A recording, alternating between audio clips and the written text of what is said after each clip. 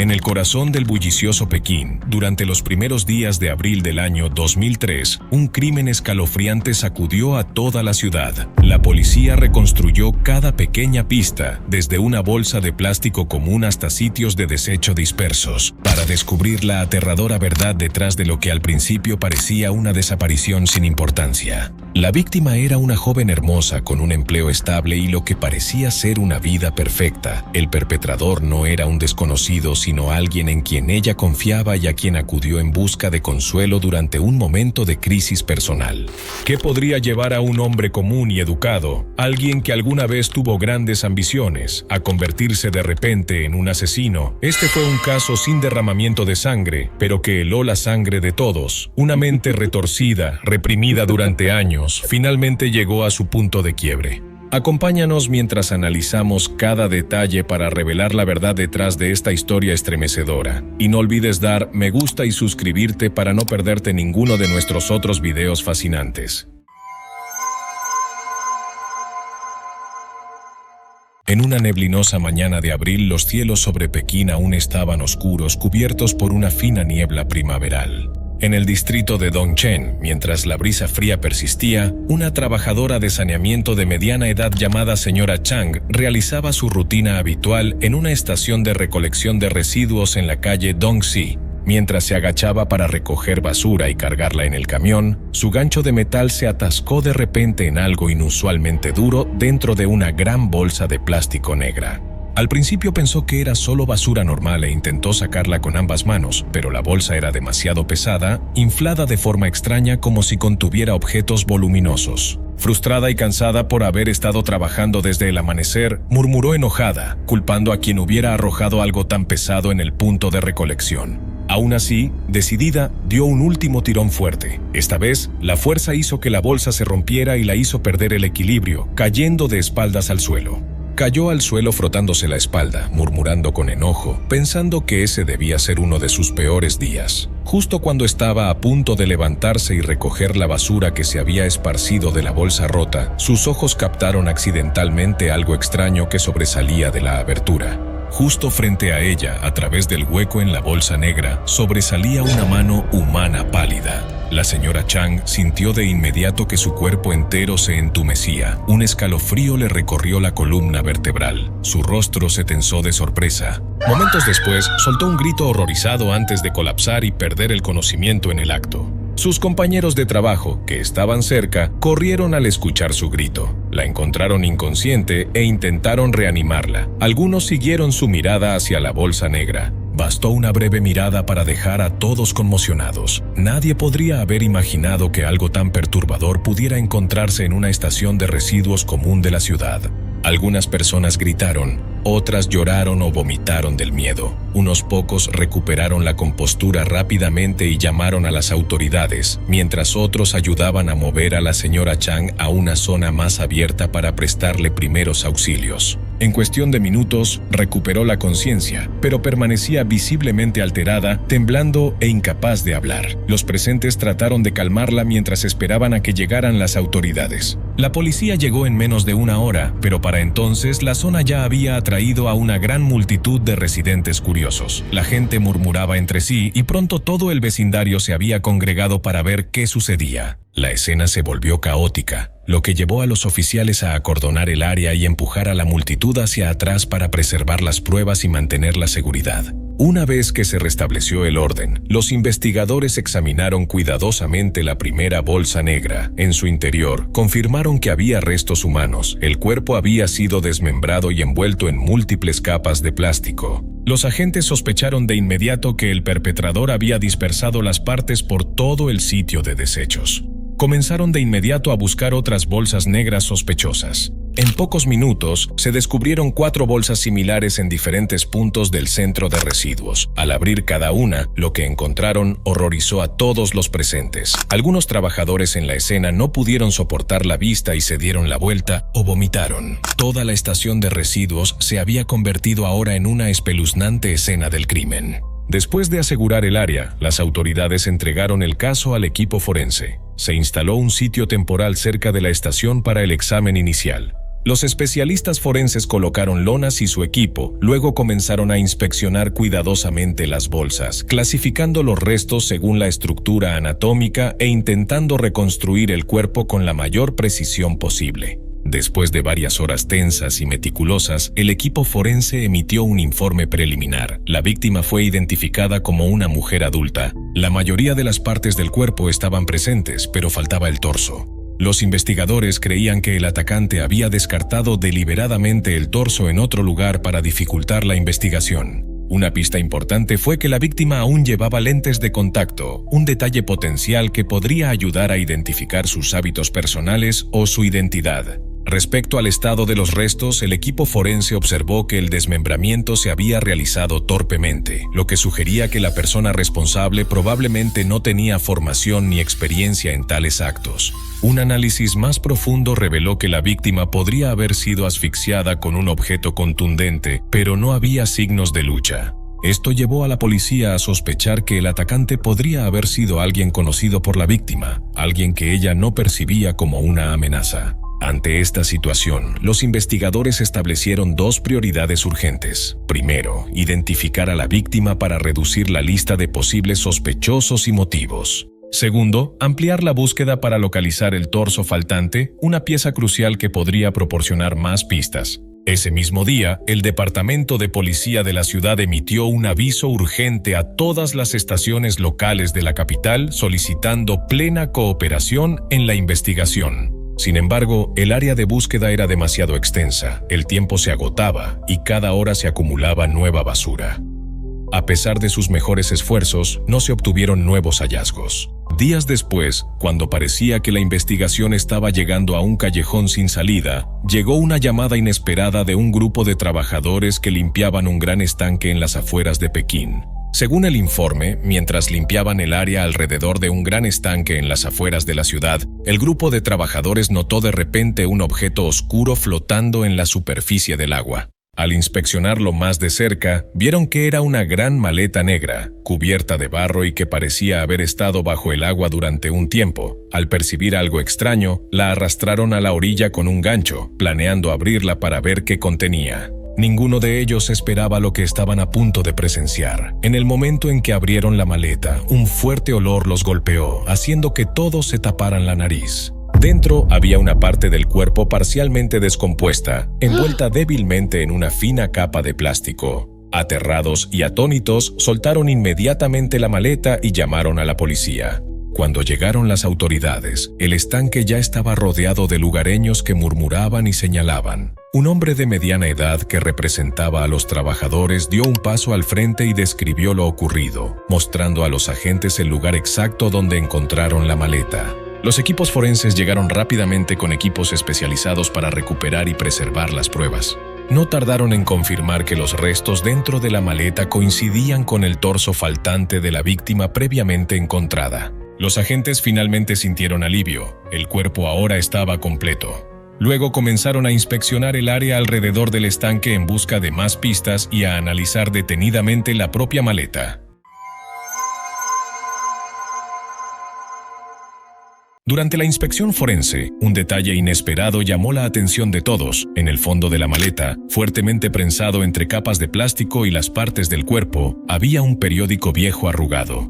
Al principio, los oficiales supusieron que era solo basura arrojada por accidente, pero su instinto investigativo les dijo que no debían ignorarlo. Después de alisar y secar cuidadosamente el papel, notaron algo extraño. En la sección de ofertas de empleo, una página tenía múltiples marcas hechas con bolígrafo rojo. Varios puestos que requerían título universitario, especialmente el de contabilidad, estaban claramente rodeados. Aún más inusual, en el borde de la página había algunas notas garabateadas y, lo más importante, una huella dactilar roja, parcialmente visible en la superficie del papel. La policía la conservó inmediatamente como prueba y envió la huella al Banco de Datos Nacional para su comparación. Aunque no hubo resultados inmediatos, este detalle abrió la posibilidad de rastrear a la persona involucrada. Mientras tanto, los investigadores comenzaron a seguir otra pista: el origen de las bolsas de plástico negras utilizadas para envolver los restos. Impreso en las bolsas había una línea de texto tenue con el nombre de un distribuidor.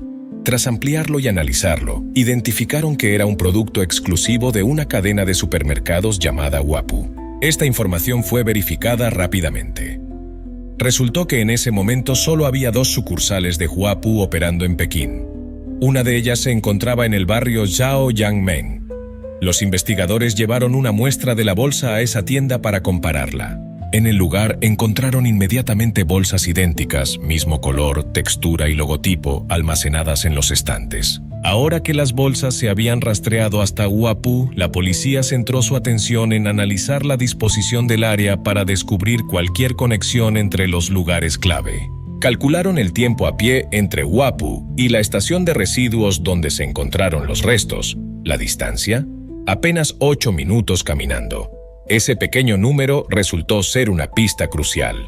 Usando un mapa, los agentes marcaron la estación de residuos en la calle Dongtu número 7. Luego trazaron un círculo que cubría un radio de 10 minutos caminando alrededor de ese punto. Basándose en la experiencia de casos anteriores de ocultamiento de restos, los investigadores creían que el responsable probablemente no habría transportado el cuerpo muy lejos, especialmente si iba a pie por la noche cargando algo pesado, voluminoso y arriesgado. Por lo tanto, una distancia a pie de menos de 10 minutos se consideró el límite realista para elegir un lugar de desecho. Con esa suposición, marcaron un gran círculo en el mapa, destacando los antiguos callejones del vecindario Dongtu. Dentro de esa área, un lugar sobresalía, un callejón estrecho en la calle Dongsigu, justo en el centro de la zona marcada, a menos de 10 minutos de la escena. La policía sospechó que allí podría vivir el sospechoso, pero aún no podían actuar. La identidad de la víctima seguía sin confirmarse. Sin saber quién era, determinar su relación con el posible atacante era imposible. El caso parecía encaminarse a un callejón sin salida, pero el 8 de abril surgió un rayo de esperanza inesperado. Ese día, un hombre llamado Chen Yong se presentó en la comisaría, visiblemente alterado. Informó que su novia, Yu Hui, había desaparecido desde hacía varios días. A pesar de sus esfuerzos por buscarla y preguntar, no había rastro de ella. Ahora, sin más opciones, acudía a la policía en busca de ayuda. Los agentes tomaron en serio el informe y pidieron detalles para identificar a la mujer desaparecida. Chen Yong explicó que su novia tenía una miopía severa y siempre usaba lentes de contacto de alta graduación. Este detalle despertó de inmediato el interés de los investigadores. Los restos femeninos encontrados en la estación de residuos también llevaban lentes de contacto de alta graduación. Sin dudarlo, mostraron a Chen Yong fotos de la escena del crimen para su confirmación. Al verlas, su cuerpo colapsó sobre una silla. Su rostro reflejaba shock e incredulidad. Estaba claro que la había reconocido. Después de darle tiempo para recuperarse, la policía le preguntó cuándo desapareció y si habían tenido alguna discusión. Chen Yong admitió que ese día tuvieron una fuerte pelea. Yu Hui se fue enfadada, diciendo que iría a casa del hermano mayor de él para hablar del tema, con la esperanza de que mediara. Esa fue la última vez que la vio o supo de ella. La mención del hermano mayor llamó de inmediato la atención de los oficiales. Algo no cuadraba. Le preguntaron directamente, ¿quién es ese hermano mayor que mencionaste?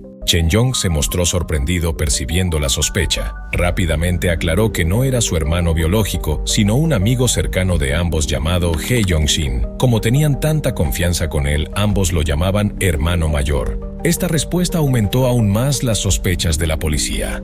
Una mujer, tras discutir con su novio, decide pasar la noche en casa de otro hombre, aunque sea un supuesto hermano mayor, era algo cuestionable. Los investigadores marcaron de inmediato a He Yong-shin como persona de interés. Al revisar sus antecedentes, descubrieron que vivía en una pequeña casa alquilada ubicada exactamente en el callejón Dongsigu, el mismo lugar que ya habían marcado como el centro de su zona de búsqueda. Su hogar estaba a menos de 10 minutos del sitio donde se hallaron los restos. Aún más inquietante, trabajaba en el piso superior del supermercado Wapu, el mismo lugar donde se vendían exactamente las bolsas de plástico utilizadas para deshacerse del cuerpo. Justo entonces, llegaron los resultados del análisis de la huella dactilar. El equipo forense confirmó que la huella roja en el periódico coincidía perfectamente con la de He Yong-shin. Había sido arrestado años atrás por conducta perturbadora y peleas, por lo que sus huellas ya estaban registradas. Todas las pistas habían formado ahora una cadena lógica y clara. El principal sospechoso ya no era un misterio. La policía decidió actuar. Prepararon una orden de arresto, convencidos de que la persona oculta tras el crimen no era otra que Hae Jong-shin. En la noche del 9 de abril, un grupo especial de la policía de Pekín se dirigió en secreto a la residencia de Hae Jong-shin, una pequeña habitación alquilada en lo profundo de un callejón en la calle Dongsigu. Cuando los agentes entraron, no hubo resistencia ni intento de fuga. Lo encontraron durmiendo profundamente en su cama, completamente desprevenido. Un oficial se acercó y le dio una bofetada contundente. Sobresaltado, despertó y se encontró rodeado de uniformes policiales. Su cuerpo comenzó a temblar, retrocediendo con miedo. Fue esposado de inmediato y llevado a una esquina del cuarto mientras las autoridades iniciaban una búsqueda exhaustiva del lugar. Dentro del cajón de la mesita de noche, encontraron varios CD inapropiados envueltos en tela y escondidos en un compartimento oculto.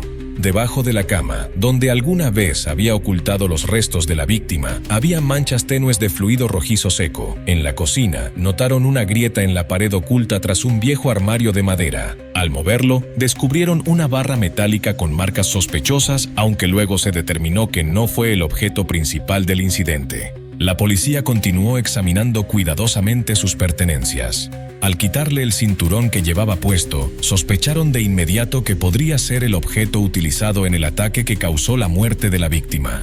Un informe forense preliminar ya había indicado que las marcas en el cuerpo coincidían con una correa ancha con hebilla metálica, idéntica al cinturón que llevaba Hae Jong-shin en ese momento.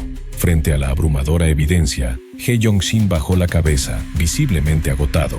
No resistió ni negó las acusaciones, simplemente asintió en silencio y permitió ser llevado bajo custodia. En la comisaría cooperó sorprendentemente. Tal vez al darse cuenta de que ya no podía negar lo que había hecho, confesó todo desde el principio hasta el final. Según su declaración, la tarde del 4 de abril, Yu Hui descubrió mensajes sospechosos en el teléfono de su novio Chen Yong, enviados por otras mujeres. Furiosa y destrozada, lo acusó de traición y tuvieron una fuerte discusión. Herida y decepcionada, se marchó furiosa. En ese momento, tal vez queriendo molestar o poner celoso a Chen Yong, Yu Hui decidió llamar a Hae Jong-shin. Le dijo que quería visitarlo para hablar, desahogarse y explicarle todo con claridad. Él aceptó de inmediato y mostró especial preocupación por su bienestar. Después de reunirse, él le sugirió ir al supermercado para ayudarla a relajarse y distraerse. Cámaras de seguridad del supermercado Wapu los captaron esa noche, caminando juntos con bolsas y conversando aparentemente de manera amistosa. Algunos empleados recordaron que la joven parecía triste, con los ojos rojos, mientras el hombre se mantenía cerca actuando con atención. Esa noche, regresaron a la habitación de Hae Jong-shin. Yu Hui le habló de sus problemas, de su dolor emocional y de lo perdida que se sentía. Hae Jong-shin fingió simpatizar, compartiendo sus propias dificultades. Habló de su búsqueda de empleo, problemas personales y su sensación de estancamiento. Pero Yu Hui estaba demasiado enfocada en su propio dolor como para prestarle mucha atención. Lo que comenzó como consuelo se volvió físico, se acercaron y la situación escaló hasta la intimidad. Pero luego, algo se torció. En medio del acto, Hae Jong-shin repentinamente se quitó el cinturón y lo usó con ella. Al principio, Yu Hui pensó que era una broma y no se resistió, pero él se volvió agresivo y trágicamente perdió la vida poco después. Dijo que después de lo ocurrido, arrastró su cuerpo bajo la cama con calma y se fue a dormir como si nada hubiera pasado. A la mañana siguiente, fue a una tienda cerca de su trabajo y compró 2 herramientas metálicas afiladas. Cuando la dependienta le preguntó para qué eran, él respondió sin rodeos que eran para cortar un cuerpo. La mujer, pensando que estaba perturbado, duplicó el precio, pero él pagó sin dudarlo. Esa noche y durante la madrugada del 5 de abril, llevó a cabo su acto brutal. Dividió el cuerpo dentro de su habitación alquilada, luego colocó las partes en bolsas de plástico negras. Su primer viaje fue justo antes de la medianoche. Caminó silbando hasta la calle Dongtu y arrojó las bolsas en la estación de residuos. El segundo viaje consistió en colocar la parte restante en una maleta y dirigirse en silencio al estanque en las afueras, donde la lanzó al agua. Pensó que todo había sido limpiado y que nadie lo descubriría, pero se equivocó. La policía siguió cada rastro que dejó y al final fue capturado. A medida que la investigación profundizaba en el pasado y perfil psicológico de Hae Jong-shin, los expertos comenzaron a descubrir las razones detrás de su repentino acto violento. Bajo su exterior callado había una acumulación de resentimiento y autodesprecio que se había gestado durante años. Desde joven siempre se había sentido inferior. Su familia tenía problemas económicos, su apariencia era común y su timidez lo hacía blanco fácil de burlas. Decidido a cambiar su destino, se enfocó en los estudios y finalmente fue aceptado en un programa universitario de contabilidad. Para él fue un momento de orgullo, una oportunidad de transformar su futuro. Pero la realidad fue dura. Tras graduarse, le costó encontrar trabajo en un mercado laboral altamente competitivo. Rechazado una y otra vez, su esperanza se fue desmoronando. Después de casi un año de desempleo, se vio obligado a aceptar un trabajo de ventas mal remunerado en un pequeño supermercado, una posición sin futuro. A partir de ese momento, la poca confianza que le quedaba comenzó a desgastarse día tras día. Mientras tanto, sus compañeros construían carreras estables. Él seguía tras la caja registradora, atrapado en una habitación descuidada, viendo cómo su futuro se desvanecía. Entonces llegó Yu Hui, atractiva, exitosa, con una pareja apuesto, y acudió a él confiándole sus problemas. Al principio se sintió honrado de que lo recordara, pero pronto ese sentimiento se transformó en algo más: amargura y celos. Cuando ella se quejaba de estar cansada de su trabajo y querer renunciar, eso le tocó una fibra sensible.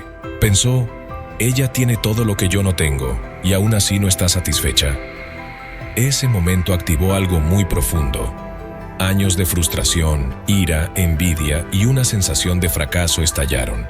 Perdió el control. En ese único momento irracional, Hae Jong-shin cometió un acto horroroso. No mucho después de su arresto y confesión, el caso fue llevado a juicio en el Tribunal Popular de Pekín. En la corte, las pruebas, desde testimonios hasta informes forenses, señalaban abrumadoramente su culpabilidad. Sus acciones no solo fueron brutales, sino deliberadas y calculadas. El tribunal no encontró factores atenuantes. Tras deliberar, el juez declaró que Hae Jong-shin era culpable de daño intencional con resultado de muerte y de falta de respeto hacia restos humanos. Debido a la gravedad del crimen y a la imposibilidad de rehabilitación, fue condenado a muerte. En el momento en que se leyó el veredicto, el hombre que una vez creyó poder escapar del castigo, incluso esperando indulgencia, colapsó en la sala, gritando desesperado, pero nadie mostró simpatía. La sentencia de muerte no fue solo un castigo, fue una poderosa advertencia de que la inestabilidad emocional no tratada, si se deja crecer en silencio, puede estallar sin previo aviso, destruir vidas y cruzar la línea entre lo humano y lo monstruoso. ¿Qué opinas de este caso? Cuéntanos en los comentarios. Gracias por vernos. Hasta la próxima. Adiós.